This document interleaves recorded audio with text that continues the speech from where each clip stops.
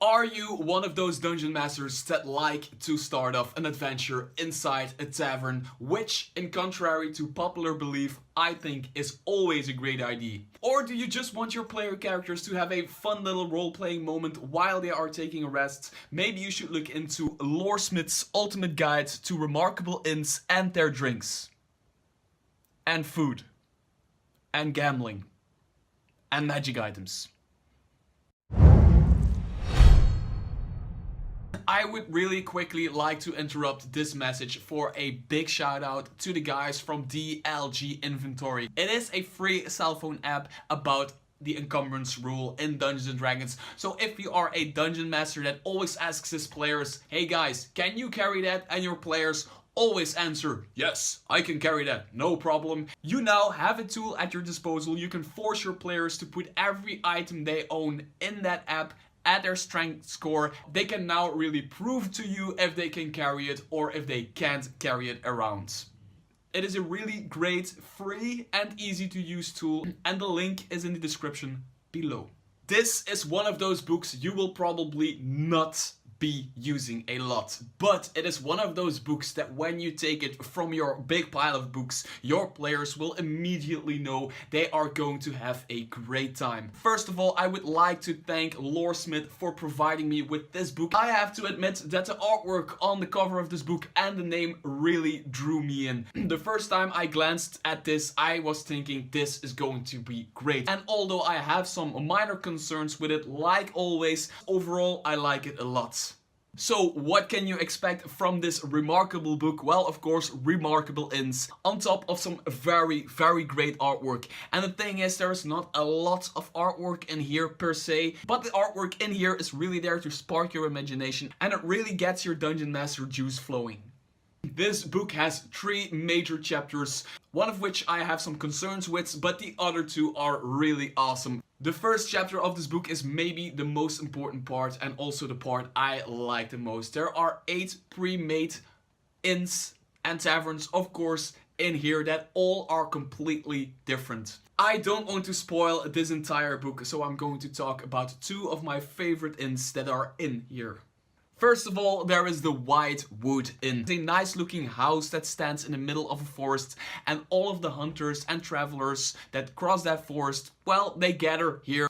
So the thing they do is, first of all, they sum up what this inn is all about. I'm talking prices, security, how many rooms there are, what services you can expect from food, drinks, to healing, to even hunting excursions. A lot of nobles hire people from this inn to do the work for them. They go out, walk through the forest, while the other guys hunt for them, and they can go back to their family, telling their family they used the bow to shot an enormous boar and they provided for the family. While that is not always the case, it is that kind of flavor you can expect from this book. For every inn they describe in this book, they have a few NPCs explained in the first pages, and even some of them are well drawn out into a nice little black and white picture, which I like very much. First of all, because I like old school Dungeons and Dragons, and second of all, this is enough to tell me who this guy is and what he is about.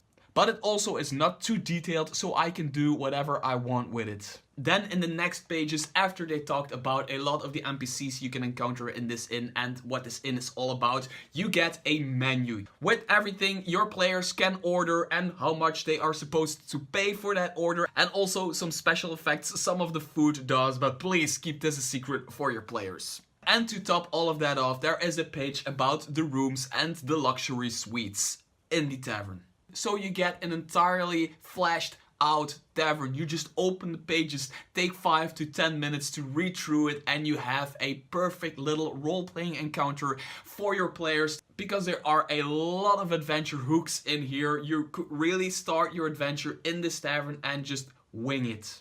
Then there is Fizzle Nuzzle's Hall of Wonders. This is a floating island that reminds me a little bit of a music video of Gorillaz, where you can of course only go if you can fly, or you can grab an airship that stops there. Of course, you can expect prices for rooms, food and drinks to be very high in here. There's another great thing this inn offers. Blitz Fizzle Nuzzle is a gnome wizard who likes to collect magic items. He is the innkeeper, the owner of this floating island. You can put anywhere in your campaign, and he collects magic items. So if your characters are really looking for something special and they have some gold to spend, they should really look into this one. No two inns are even remotely the same. For example, there is an alehouse run by, of course, a dwarf, but the cool thing is he names all his ales after fallen comrades in battle, and he is not shy to tell you a story about it. If your player characters are into doing illegal stuff, make them really check out the King's Coin. This is an inn you can only find if somebody tells you where it is, and you need, of course, a password for it. It has a lot of dodgy stuff, even some illegal products, which makes for a very cool role-playing encounter. This is one of the only places in the world where you can get your hands on one of these two illegal drinks. Then there is my second favorite chapter, chapter 2, bringing your inns to life. If your characters decide to spend some time in a tavern or an inn or both, you could really use this book to bring that inn to life using some of these optional rules. There is rules for gambling, for prices. There's even rules in here for denying characters to a certain inn if they are part of a certain race or group.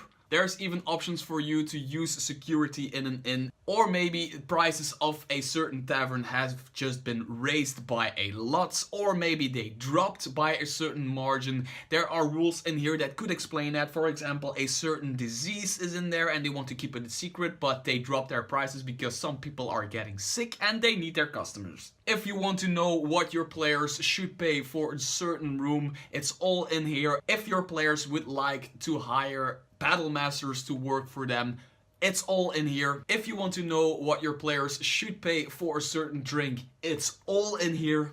And if your players want to lose or win some money by gambling, it is also all in here. I mean, the sheer amount of drinks and foods and dishes that are in here for your players to consume, even with some great side effects, is just worth the money of this book alone.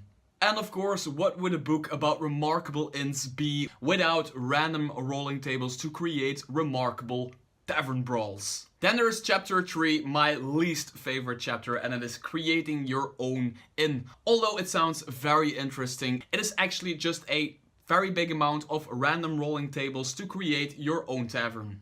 I have come up with some really weird combinations for inns while rolling on these tables, and I think rolling on tables is not really the way to create a tavern for your Dungeons & Dragons game. That said, I know a lot of dungeon masters that really like this kind of stuff.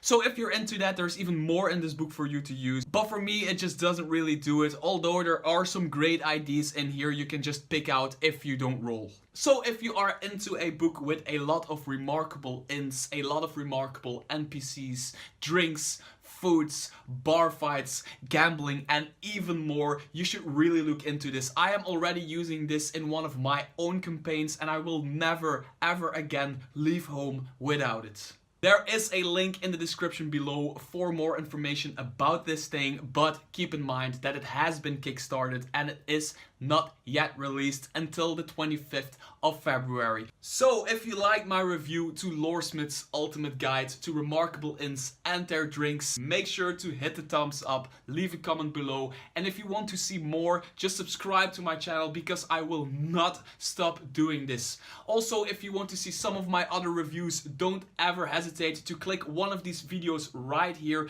I really appreciate all the support I've been getting on this channel. I've only been doing it for 2 months and you guys are already the most awesome people I've ever encountered on the internet. So please keep playing Dungeons & Dragons, and I hope your inspiration may guide you.